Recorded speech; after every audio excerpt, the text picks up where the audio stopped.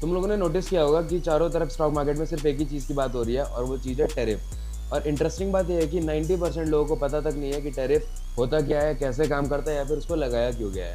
तो इस वीडियो को पूरा देखना ताकि अगर आपसे कोई पूछे तो आप उसे एक्सप्लेन कर सको।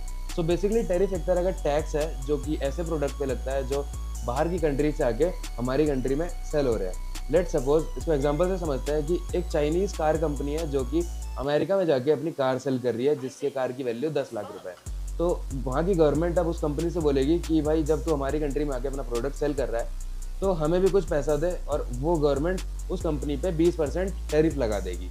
तो जब भी उस कंपनी की एक कार सेल होगी जिसकी वैल्यू है 10 लाख रुपए, तो उसका 20% वो चाइनीज़ कंपनी वहाँ की गवर्नमेंट को देगी, मतलब कि अमेरिका की गवर्नमेंट को देगी, जो होता है 2 लाख रुपए। तो अब आप खुश मत हो जाना ये सोच के कि ये टैक्स हमें नहीं देना पड़ेगा, देना हमें ही पड़ेगा बट इनडायरेक्ट वे में। तो समझते हैं कैसे। अब 20% जो टैक्स चाइनीज़ कंपनी अमेरिका की गवर्नमेंट को दे रही है वो अपनी जेब से नहीं देगी, वो क्या करेगी, अपने प्रोडक्ट की वैल्यू 20% से बढ़ा देगी। मतलब कि जो गाड़ी आपको पहले 10 लाख रुपए में मिलती थी वही सेम गाड़ी आपको अब 12 लाख रुपए में मिलेगी। तो इससे होगा क्या कि जब प्राइस इंक्रीज होगा तो डिमांड डिक्रीज हो जाएगी और इससे उस चाइनीज़ कंपनी को लॉस होना स्टार्ट हो जाएगा, जिससे कि फिर चाइना की जो इकोनॉमी है उसमें इफेक्ट पड़ेगा और वहाँ के स्टॉक मार्केट क्रैश होना स्टार्ट हो जाएगा। तो जब अमेरिका को पता था कि मार्केट क्रैश हो सकता है तो भी उसने टैरिफ क्यों लगाया।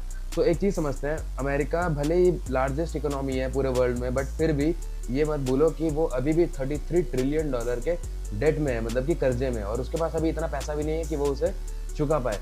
तो एक चीज़ और है कि अमेरिका के पास गोल्ड रिजर्व बहुत ज़्यादा है। तो जब गोल्ड हाई पे था तो उसने अपना बहुत ज़्यादा पार्ट बेच दिया गोल्ड को एकदम हाई पे, और वो पैसा जब आया उसको भी रखा और उसके बाद टैरिफ अनाउंस किया ताकि मार्केट क्रैश हो जाए जानबूझ के।